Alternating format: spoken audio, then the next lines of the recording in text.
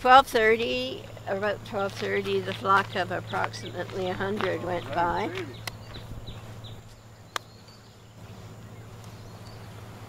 But they were so high up, they flew over in that direction, and then they were changing patterns, you know, of how they were flying in, not in the straight line, constantly switching. It's almost like they can't make their minds up which way to go, isn't it? Wow, what a flock. God love those whimbrels. We are counting whimbrels. Whimbrel Point is the best place to do it, the best place in Ontario, in fact. And we're counting whimbrels because keeping track of their population is important in the long-term run to conserve them. They used to fly virtually non-stop from the Delmarva marshes, which is sort of Virginia, Delaware kind of thing. Once it's in their genetics, they will follow the same route and look for a place to do the same thing. They would fly over here, but not necessarily view it as a place to land. And they've started landing right here in Sam Smith Park. Our responsibility has gone from counting them and submitting our total count to an agency down in the States. Responsibility is now to protect them as well. It's a threatened species, and that's why we're all here. It's purely volunteer, but we're committed to a cause. I feel a calling, if you will, to do something to protect nature. And part of their route takes them directly over our heads. Our job is to come out here every day for 2 weeks, because by the time the 2 weeks is over, they're all done. And we count them, the ones that fly over, and we send our findings into a central agency down in the States. And what they're doing by then, they're way up in the Arctic, way up in Hudson's Bay, and they go up there to breed. And when they're done, they turn around and fly back down again. So how about that?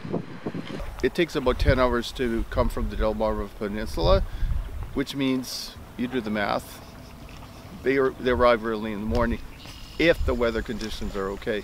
So we want to catch the larger numbers. The second half of May is the time to see it. Some years they come later, some years they come earlier. It's like a lottery. We'll stay here as long as there's lots of birds to count.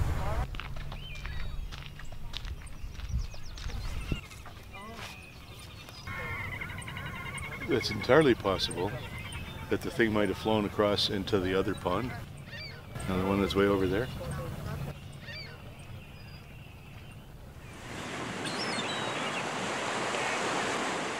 The first Whimbrel Watcher who started this whole thing was a man named Don Barrett.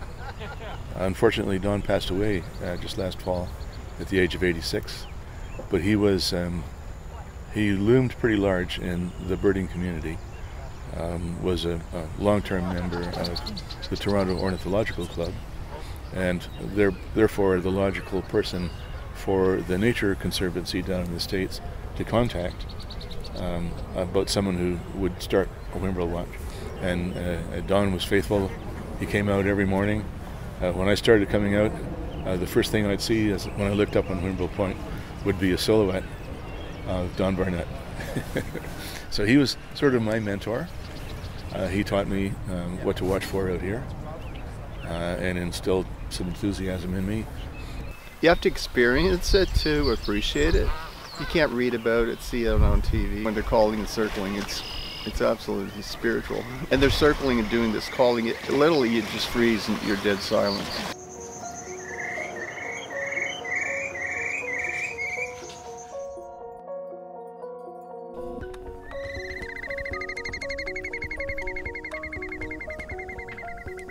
That's the sound of one whimbrel. If you multiply that times 100, it's quite the racket.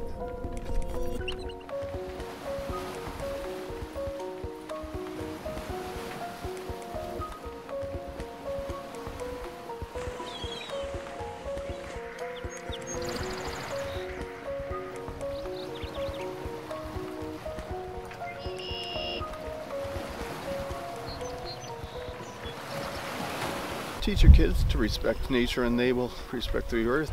The resource is limited. What they're seeing may not be around for very long unless they take an active interest in it. Well, you're part of a bigger picture trying to saving the planet. It's part of the ecosystem, and that's the basis of it.